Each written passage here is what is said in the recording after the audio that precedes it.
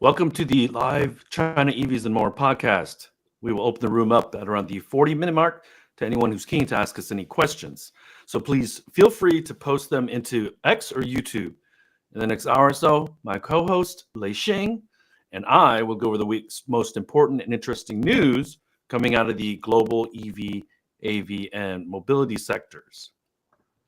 What Lei and I discuss today is based on our opinions and should not be taken as investment advice. For those that are new to the show, welcome. And to our loyal listeners, welcome back. We ask that you smash that subscribe button and that like button so that you don't miss anything from us in the future.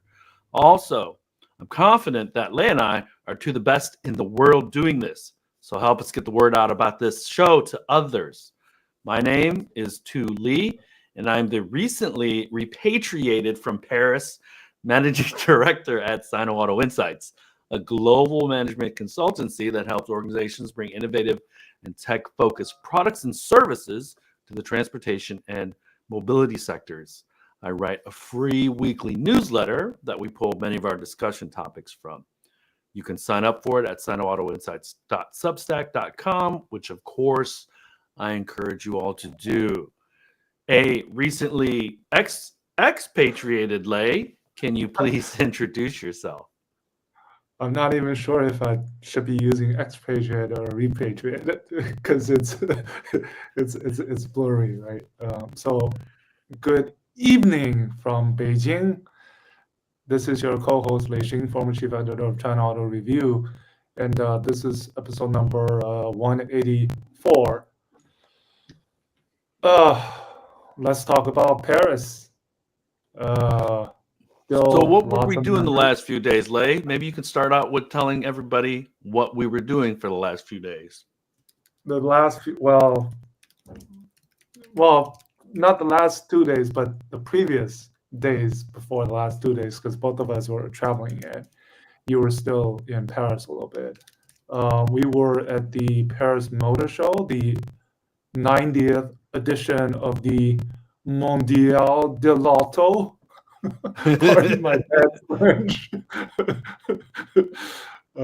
So where, actually, I want to have you start first because this is my second consecutive attendance of the Paris Motor Show, but it was your first. So I wanted to ask your impressions first, and I'll share mine. And this is my third time attending overall since 2016. So I'm colored. I'm colored by my opinion of Paris. Very, very one of my favorite cities in the world. I was just there about 2 months ago with my family, and so all these great memories are really recent in my mind. And again, with the exception of yesterday and 2 nights ago, the weather was beautiful. Not too hot, but not too cold. A super walkable city. I walked almost everywhere and took the subway. In other instances, I did have some Uber rides, but because my time was short and I was trying to go from place to place. That being said, I missed the first BMW media presser because timing was bad for me.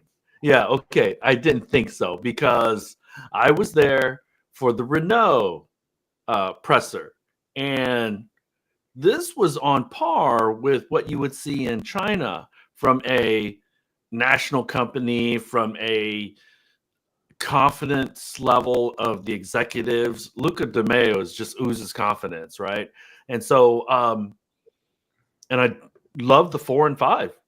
I wish Americans would really lean more heavily into those types of vehicles because I got in it. Now, understand, I have two boys, 11 and 13, so the back seat's not going to be practical for them for very long. But these smaller cars, these hatchbacks, they can be made to look really, really cool. So there was that. The heavy presence of the Chinese EV companies, despite the uncertainty with the tariffs and the current negotiations, I think was also readily apparent. Heavy traffic for BYD, and I think Xpeng made a huge splash in Paris.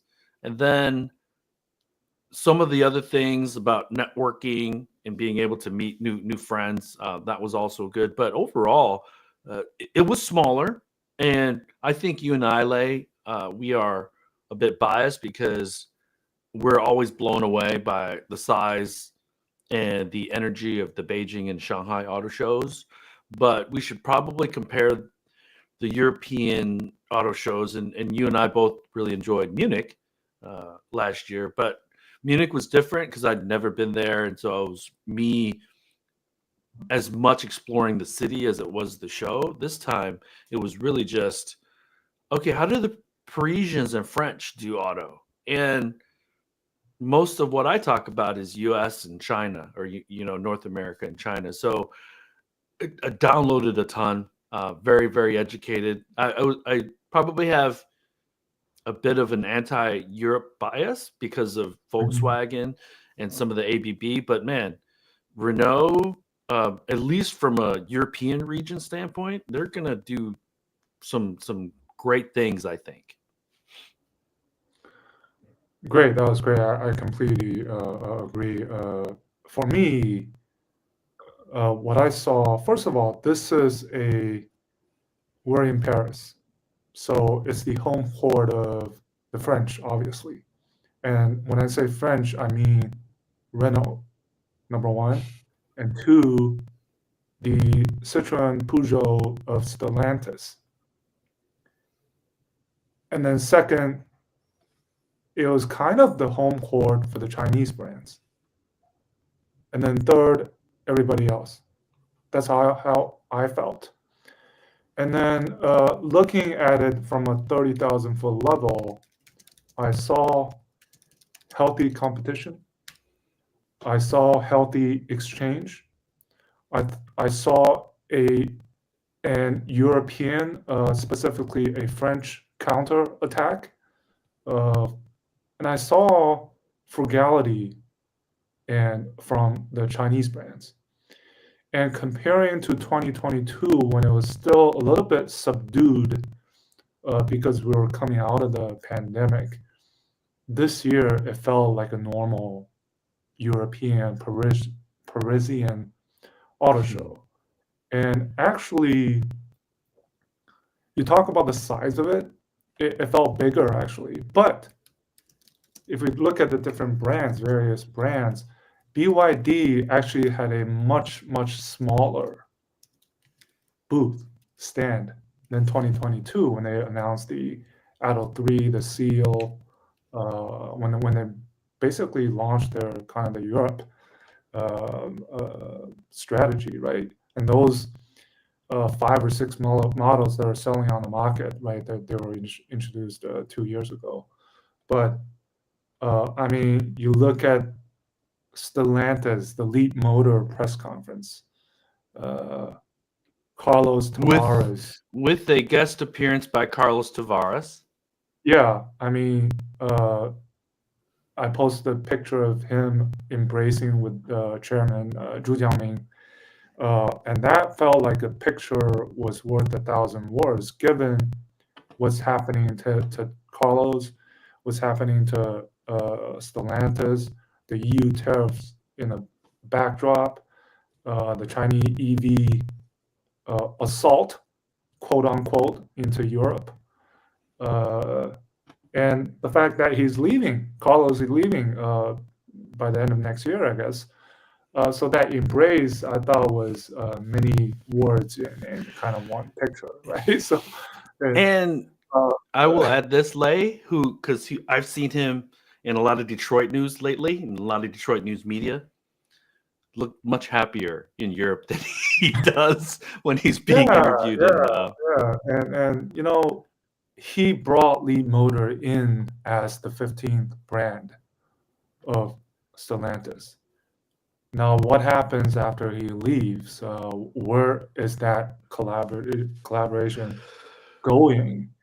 Those are some of the things that we can watch in the longer term. But also, I'm going to add one thing. The Ito booth was the largest Chinese booth, and they're not even entering the market. At least they didn't announce anything. So you go. That's where I was headed. If we rank, if we We know rank, each other too well, man. We know each other yeah, too well. So if we rank the 9 or 10 brands, Chinese brands exhibiting, uh, on a scale of announcing, strategy, tactics, being committed to the European market with clear um, goals and moves, we'd have to probably rank BYD number one, Xpeng number two, GAC Group number three, and perhaps the rest of the China EV brands as what you pointed out in the newsletter. They were there because of FOMO, or it was more of a branding, uh, marketing stunt, more so than showing the European audience that we have these certain processes that we're going to take to launch and enter Europe. So, I mean, yeah, they had the biggest booth. They had that, what, how many it was thousand huge. kilometers? Yeah, It was it was bigger than huge. BYD's. It was huge. Yeah, So just and relative. they had the M9 that was driven across Asia and Europe, right? They had that. 15,000 Right, kilometers over 38 right. days. Yeah, Dongfeng Forthing was there. Yes. uh, Hongqi was there. I knew they were Skyworth. Chinese. I knew Fourth Yeah, Thing was Chinese, but I needed to Google which company they were from. So yeah, Dongfeng Fengxing, which is they used the Forthing. So it was more for these other kind of the Chinese brands. It was more uh, launching new or revealing new products rather than using it as a platform rather than announcing concrete strategies of entering Europe. Uh, and then I think you mentioned Luca De Meo. I think out of all the European automaker CEOs, he is the star right now because I mean he said during the press conference, I don't know if you remember or not, that their product portfolio is the best in the last 30 years. I think that's what he said. With the 4 and the 5, and the other brands, Dacia launched the Bigster hybrid, the C SUV that's below 30,000 euros. And that's an epitome of what I was talking about, this counterattack of, and the 4 and the 5, right? They're probably going to be competitively priced EVs. and So I mean, this is where you and I are a little bit different because Mhm. I've not known Renault as a brand, a significant brand, for a long time because you don't see that many of them in China and they're not sold in the United States. Now, you've covered the industry for years, so you have much more awareness about them than I do. But so so the second day, normally what I do, and I think you do too, is you jump and race to all the media events on day one. I actually call that day zero. And then Days ago, yeah. normally on day one, you and I will walk around either together or separately and just check out the cars, take pictures, but do more leisurely. Day one was open to the public and it was crowded. Yeah. And there's no better representation of that than the Renault booth, where I felt like the Zeekr X booth a couple of years ago when people were waiting in line to go sit in a 5, the Renault 5. Yeah. And so that tells you that Renault still resonates heavily. And they had a store, they were selling swag.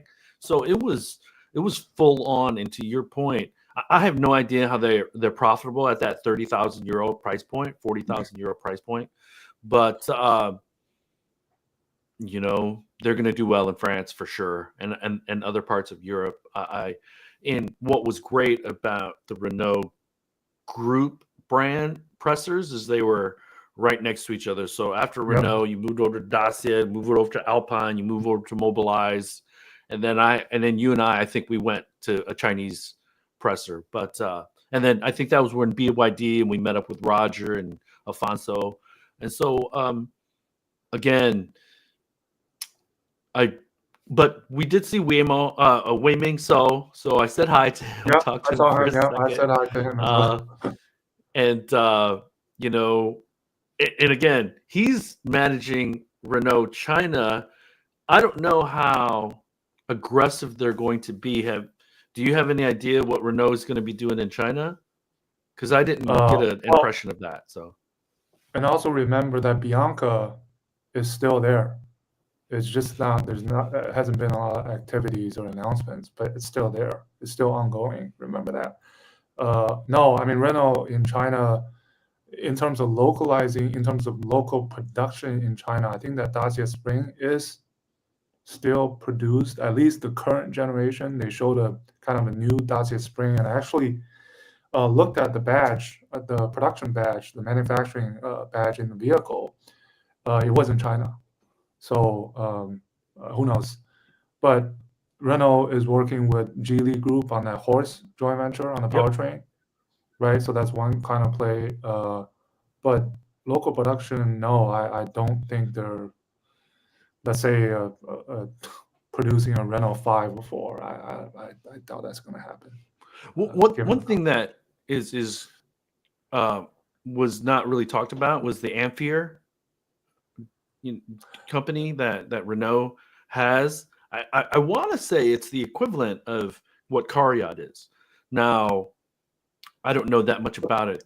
I don't have a ton of Renault contacts, unfortunately. Ampere is more, I feel like it's more of a battery also platform. And charging? Yeah. Yeah, I think so. It's like a combination of all of the above, sort of. So that's my homework is to learn more about it. So yeah. And then I think if we talk about the memorable moments, I remembered it was at the very beginning of the XPeng press conference when He Xiaopeng went on stage and he tried to speak English and he stuttered. He was like, I'm a little happy, and it was so funny. I think he was trying to say I'm a little nervous, but he ended up saying I'm a little happy, and then happy was the right word because less than 2 hours later, how many orders did they get for the P7 30,000 over a couple of hours or something like that. So I guess he knew something was going on. That's why he was happy. And then the BYD, Stella Lee, right? I call her the queen of BYD because she dropped a bunch of numbers and of how big BYD has become. R&D, investment, global footprint. So that was memorable. Lei, I'm going to tell you a side story here. I was driving back to my hotel yesterday to pick up my luggage because I had a meeting that morning. And the Uber driver, nice 32-year-old gentleman. In Paris? In Paris, yes. Okay. And I told him, we were talking about cars because he had a Suzuki Hybrid, okay? And I asked him, how is it? He loves it. It's affordable. And then he had mentioned BYD. And this is a 32-year-old Uber driver. So BYD is now, everybody knows about him. Now, you and I still need to probably dispute bad takes and kind of set the record straight because there's still a lot of bad takes. Now, there's a Bloomberg article that just dropped a couple of days ago from friend of the show, Gabby Coppola, and a couple of her colleagues. Danny Lee also contributed to it. That talks about the Apple contributions. Now, they interviewed one of the industry experts who hasn't been to China in a while, but and likely hasn't driven any of those BYD cars, but whatever. We'll leave that there. So the French layperson is now all about BYD and they understand BYD. The surprising thing, I expect BYD to have a lot of foot traffic. They did. I didn't expect XPeng to be as crowded as they were. Pleasantly surprised with that. And Leap Motor was not that heavily trafficked. So that was a bit of a surprise to me. It was when you compare them to the energy levels of an XPeng or a BYD. Okay, so that was a little bit surprising. Now, when you were visiting Leap Motor, did you see a lot of foot traffic? And so I went back. Yeah, I guess I would agree. It wasn't as high. I mean, I was only there on the press day because I was, I had to leave for China the next day. So if I had a chance, maybe I could have seen a better picture. But yeah, I mean, the French was. Oh, also worth mentioning is I did go back during the evening because Paris Motor Show is one of, I think, the only auto shows in the world that has the day zero going from 8 a.m. all the way to midnight. And the reason being is in the evening, they have these more relaxed party style environment for their VIP guests. It was all cordoned off with the the lines and tapes, and there were champagnes, there beer, wine, and so I walked around, and every booth was like that. the French know how to do it. No. But I think with the exception of Luca De Meo was there in a round table, I didn't see any other senior executives at any of the other booths. It was just people there drinking, celebrating, dealers, probably investors. I'm not sure if there were any media, but it was interesting. They had music, blazing. They had a DJ that stood on the Cybertruck. We should touch upon Tesla a little bit. Tesla had the bucket, right? A bucket of their products on display. There was a DJ playing on the. They didn't even have a floor. Cybertruck. It was all their cars were on the normal floor of the auditorium or the conference hall, so it wasn't even like set up. And I was looking at the DJ. I was like, pretty sure this will be replaced by the Cyber DJ Optimus, right? I was like that. So yeah. I was sitting outside at lunchtime on day zero, bumped into Alejandro Perez, who is a Spanish automotive journalist, and I bumped into Felix and a gentleman on the German automotive media side, more influencer than traditional media. But this woman on a platform with like lights and everything, she was getting pulled by a tugger, and she was DJing on this platform with lights and everything. So that was pretty funny. And I just can't. Every city needs to put their touch on the show, and Paris really did that. So and at the end of the day, there were only three halls, and one of them was 2/3 full. It wasn't even completely full, but it felt like a well-attended media day. Yeah. And in the evening outside, I think it was Hall 6. It was club music, and with the laser like shooting all over the place with the fires going up. I should post some videos. I haven't. So it was like it made you forget all the kind of the pains. Like, oh, the auto industry feels so good, feels so lively. And I think Luca De Meo, he posted something on LinkedIn. He was like, "Let's celebrate, right? Let's."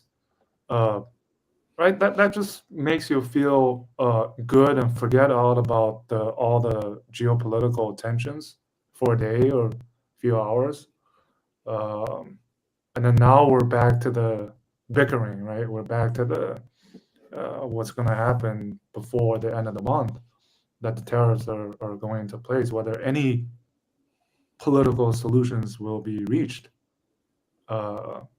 So for a while, right, it was really, the French. The French was the French, right?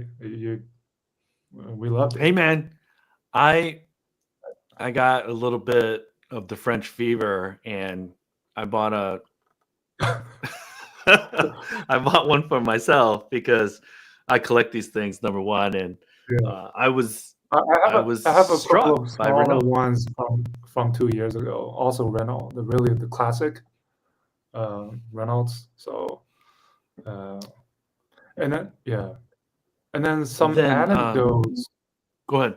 maybe we should talk about. Uh, Leap motor on the day when I arrived on the 13th. I walked around a little bit in Paris, and I went to the Leap motor store or storefront, which is part of the Stellantis. It's in the Boulogne-Court, where Renault was its headquartered, the western part of Paris. And that storefront was really small. So there was a T03 and a C11 or a C10 into that store, but nothing else, very small. It was a Jeep, Alfa Romeo a dealership. Very, it wasn't, glitzy. Let's just put it that way. And the store used to be a Fiat professional store. If you look on the Google Maps, you kind of see the old picture, but now it's a Leap motor. And from my understanding is that the TO3, they were still waiting for some kind of approval to get before they can get some kind of the not the subsidy, but it was a local thing. I think they'll get it at the end of the month. So that was interesting. And speaking of going around Paris, on the 13th, I bought a 1 day kind of the RATP pass for 20 euros. And I took the buses, metro, to all the places that went. I didn't need to Uber. I walked. It was really convenient. And Oh, it's so we convenient. don't have that in the US, unfortunately. So Maybe convenient. New York I City, but that's part of the Paris that you love, right? when when I had time or was able to plan around things, I walked. Um, and Yeah, all of the small bistros, all the small little shops. When you walk by these blocks, you want to walk in and just sit down and have a yeah, coffee yeah, because they're so cool. They're right on the street and they're just a part of this portrait of Paris that you see in pictures and it's real life and um, it's something that I wrote about in the newsletter. I just wish American cities really embraced, the yeah, biking thing in Paris is so yeah, prominent, yeah, and it just seems more bustling because as opposed to horns honking all the time, you just see parents riding their kids around on 3 passenger bikes and stuff like that. And yeah, I would have loved to have been able to do that. In Beijing, there was a couple things going on when my kids were younger. It was really polluted because it was still in the early 2010s. And those types of bikes were expensive and you couldn't rent them or short term lease them. And so we walked a lot and we took DDs a lot when the kids were in Beijing. But I just wish Detroit, or I hope, because we have an opportunity to really redefine some of that how people move around the city. And I know you had an event with Vallejo, so anything that came from that you can talk about? Oh, it was yeah. I went to the Vallejo. They had a mobility house just outside the auto show. The on the evening of the 14th. Um, and it was interesting thing was the current CFO of Vallejo Edward Deparay, the current chief communications officer of Valeo. Actually, Lei, Francois, yeah. let me stop you there. What is Valeo? Valeo is the French equivalent of Delphi, let's say, or Bosch. you know, they're one of the largest suppliers, tier one Tier suppliers in ones. the world, tier ones. And by the way, that Renault 5 EV E-Tech you have, the rear and the front lights are supplied by Valeo. And historically, when the Renault 5 was first launched in 1972, guess what? Valeo was the lighting supplier. So 40, 52 years later, Valeo is still the supplier. And that's the French connection, I guess. But I was saying, And Valeo, is it Valeo or Valeo? I call it Valeo. But yeah, they have a Valeo, prominent Valeo. presence in Michigan, in Detroit, just outside of And they Detroit, just- and they have a they prominent just celebrated presence in China too. So 30-year anniversary of entering China.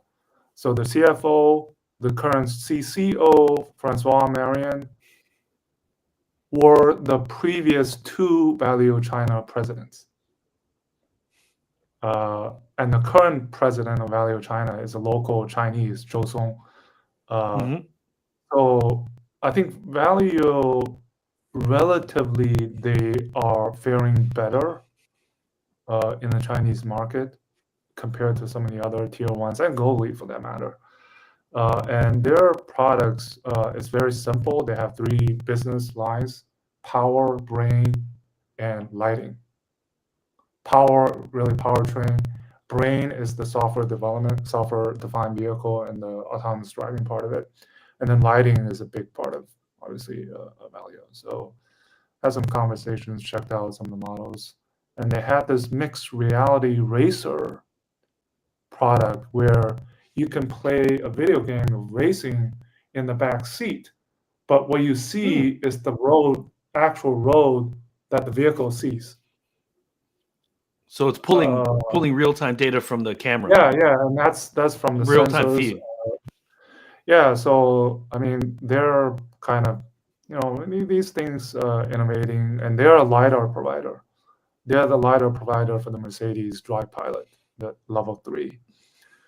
So yeah, and that was pretty much I only had 48 hours in Paris. So I think I fully utilized the time there and soaked it in. a couple of my anecdotes. Day one, I came back, had to do an interview at the XPeng booth, and so I got there a few minutes early. There's a gentleman walking around by himself. You would not know him. The French didn't know him. And I know was him. like, wow, it's Herbert Diess. Yeah. And so I walked over to him. He was so kind. I think we've met like once, but he meets people all day long. So I shook his hand, introduced myself, and we talked for about 15 minutes. And super patient with me. He said he had an interview a little bit later, so he kind of qualified it, but he was not in a hurry, and he didn't want to shoo me away. And so I was, and he believes Porsche will turn it around,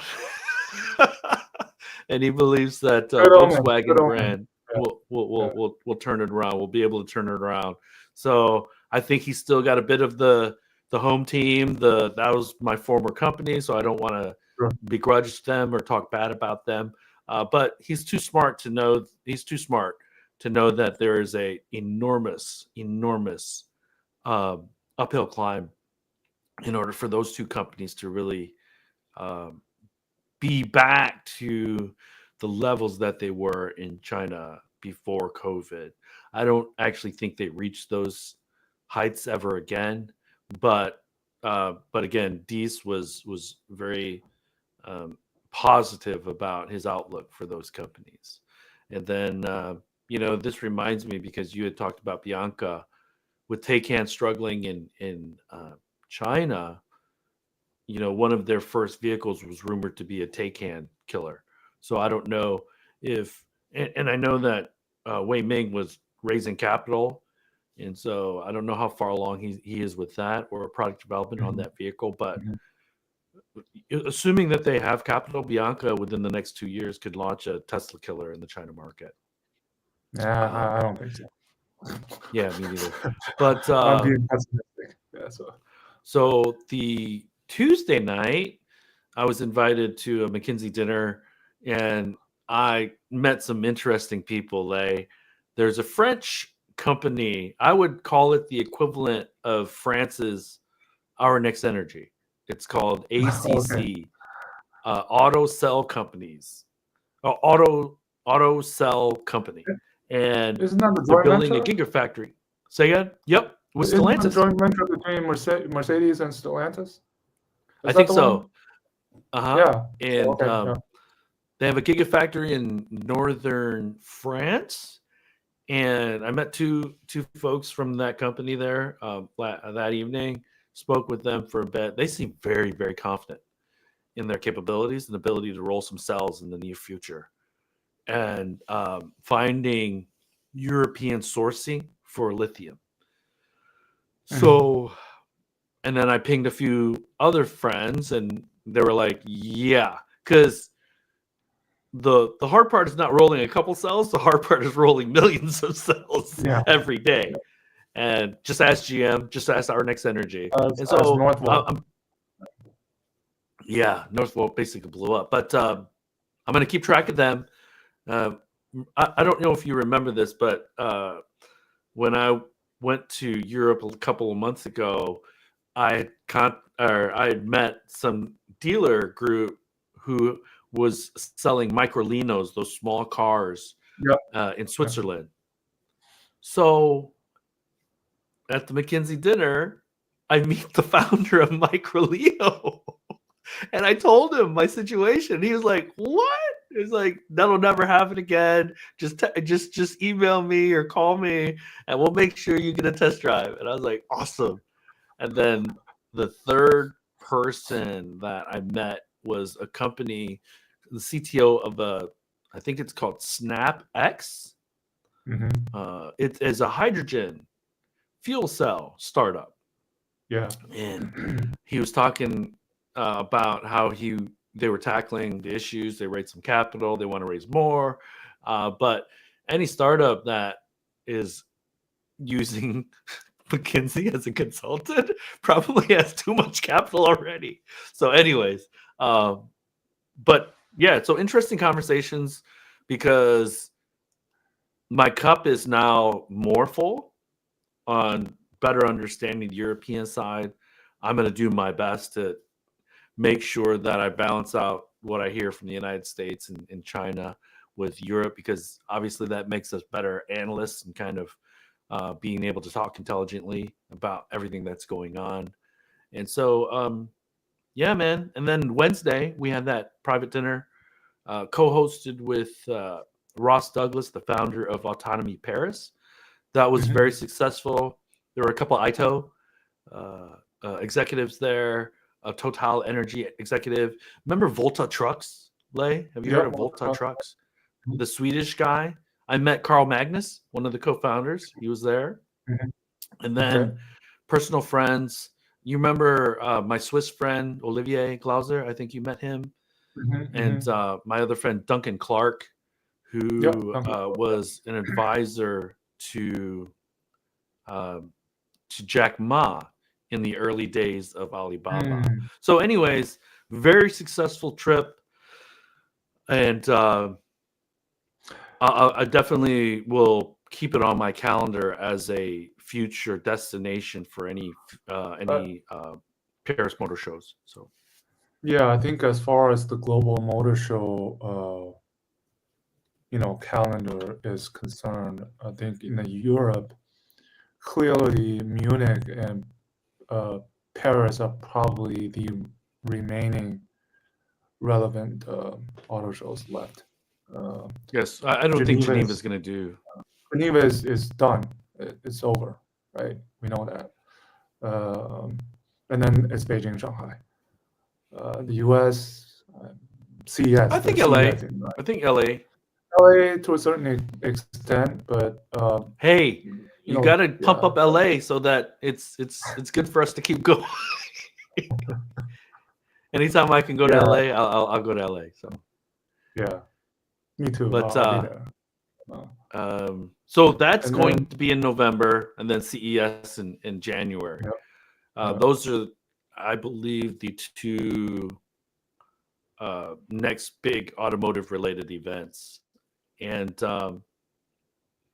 so I did want to talk about before we move on to things. Cadillac had a booth right next to BYD. Ford had one. They are going, Yeah. yeah.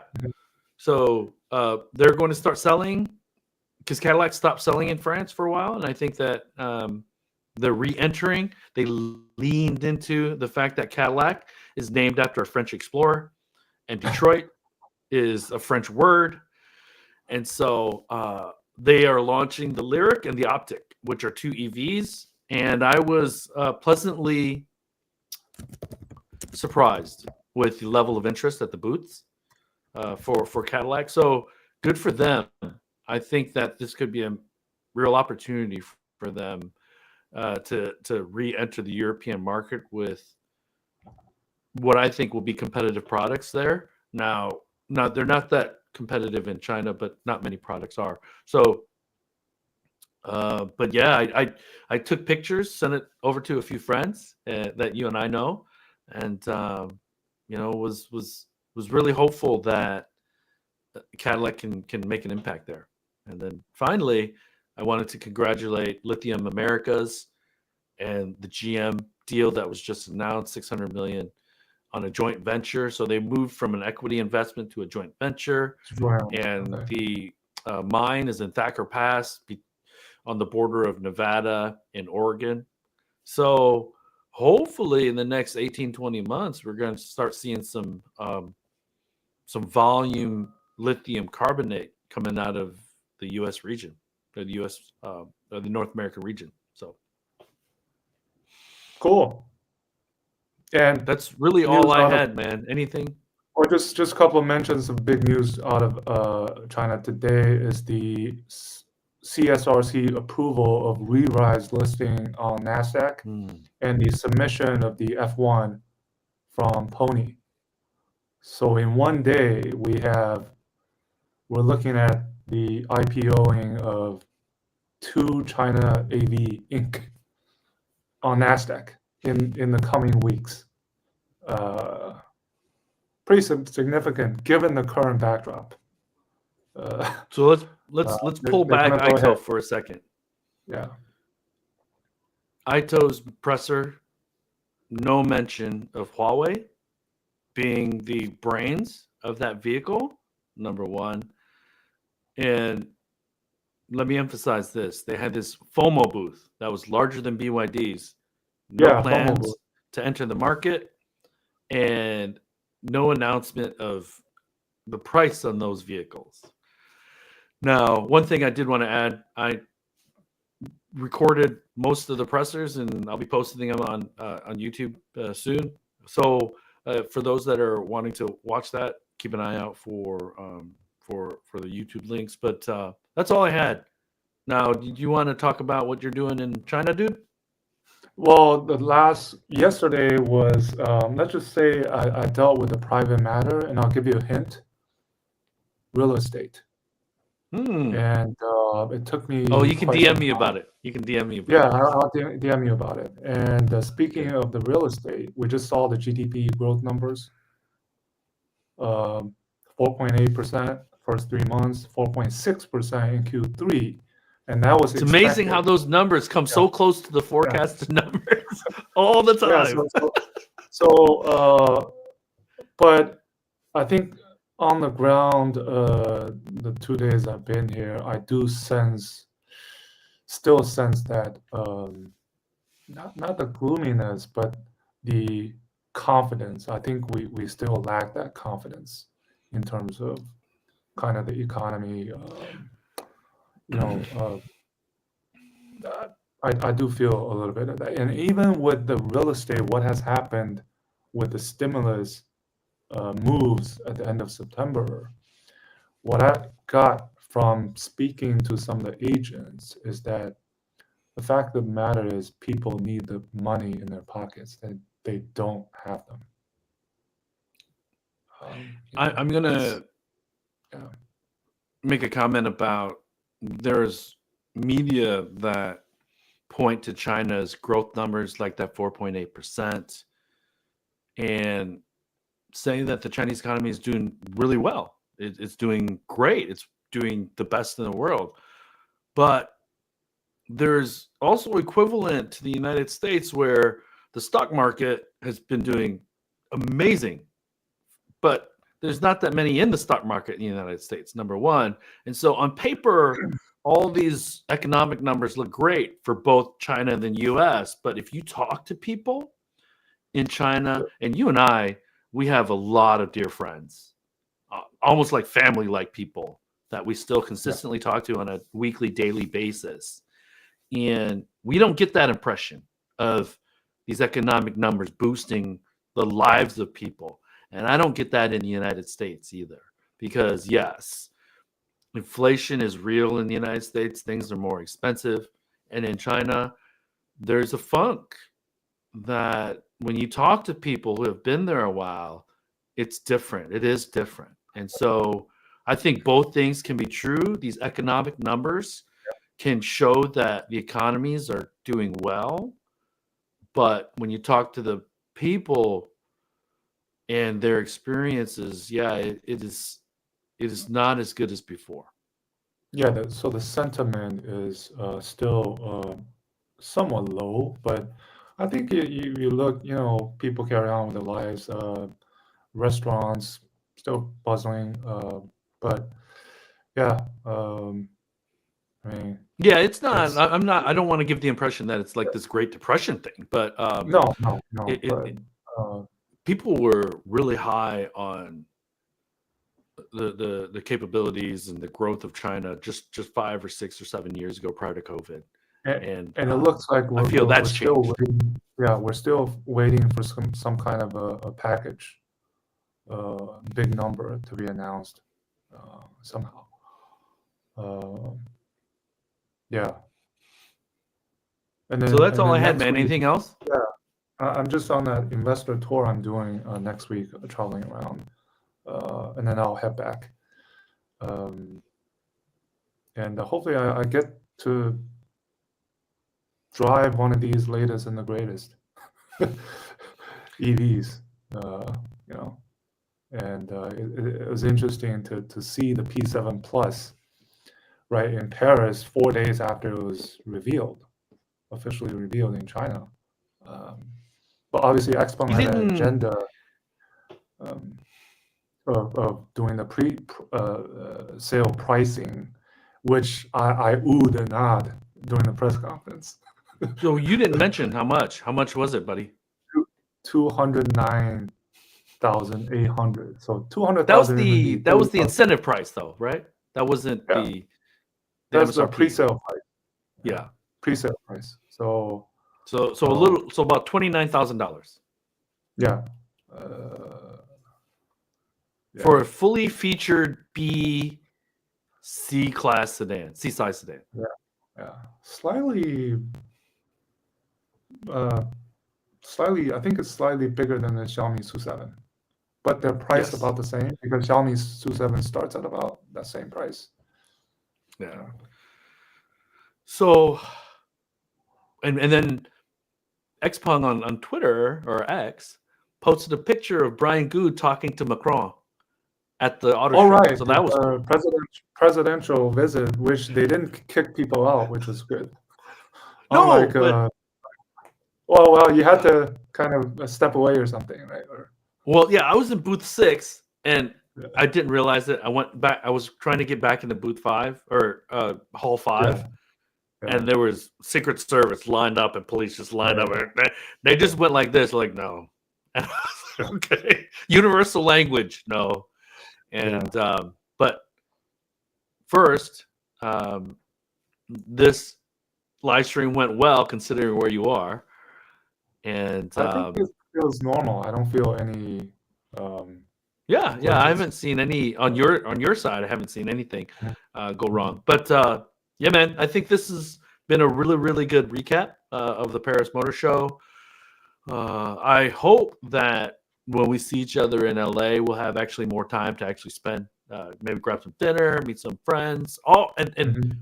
always the best part, or one of the best parts of us being able to travel to do these things, is seeing Daniel Kircher, meeting Felix for the first time, seeing Alfonso. I got a chance to talk to Robert Dooley and Sam, who had from the UK. Yeah, I saw them who as worked well. I design saw them agency. next to the Cybertruck. Yeah.